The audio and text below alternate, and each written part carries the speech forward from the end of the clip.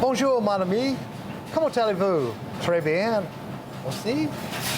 Today, we're in France, and we're going to do something so simple and so delicious and so definitely French, which is French onion soup. Now, French onion soup has kind of two tales to it. One, it was an inexpensive soup that the workers at Les Halles ate at 3 or 4 o'clock in the morning as they were finishing doing their butchering and their fishmongering and selling their produce.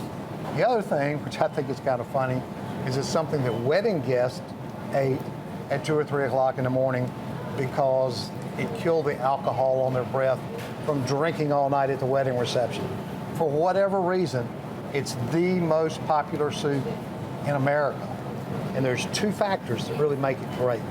One is how you cook the onions, and the other, David, our great specialty food team leader over at the Durham store, is going to talk about the other thing that really makes French onion soup great, which is the cheese. Yep. So let's work on these onions for a second.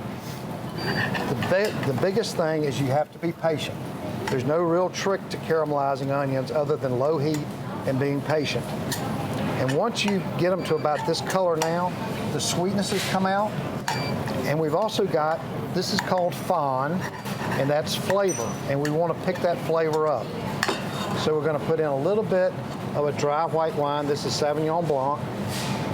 And then we're going to put in a little bit of sherry because sherry gives us a little bit of flavor. And we're using that wine and that sherry to get up all this fawn. And I know the sound guys like I'm driving them crazy because it's like chalkboard. But once we've got all that flavor and all that up, then we start adding our other flavoring ingredients, which is really nothing more than some beef stock.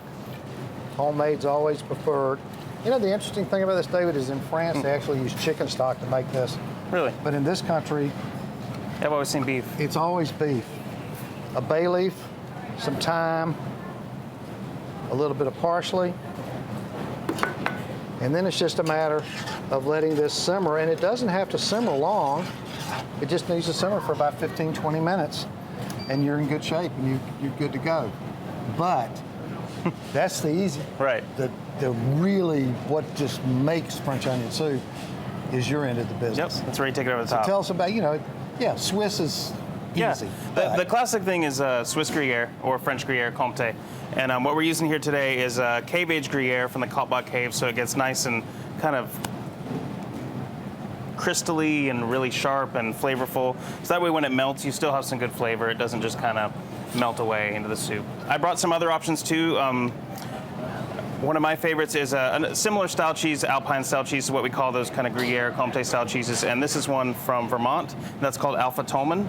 Mm-hmm. And that's a raw milk Alpine style cheese, very similar flavor to Gruyere. It has that kind of nuttiness, that little bit of funkiness, and it melts great.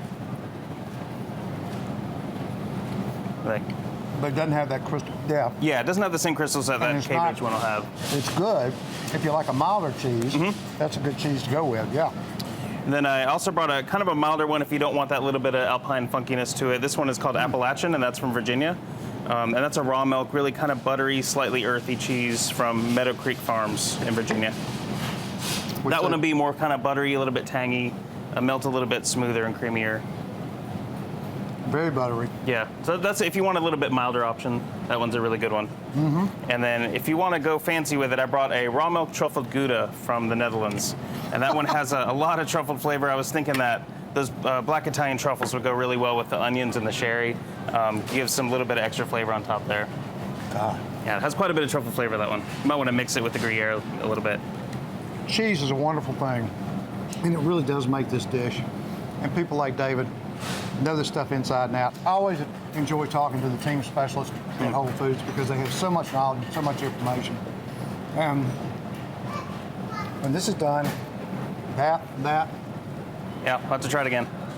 David, thanks a lot. Thanks for being here with us on Edible Whole Foods. Come back to see us next week.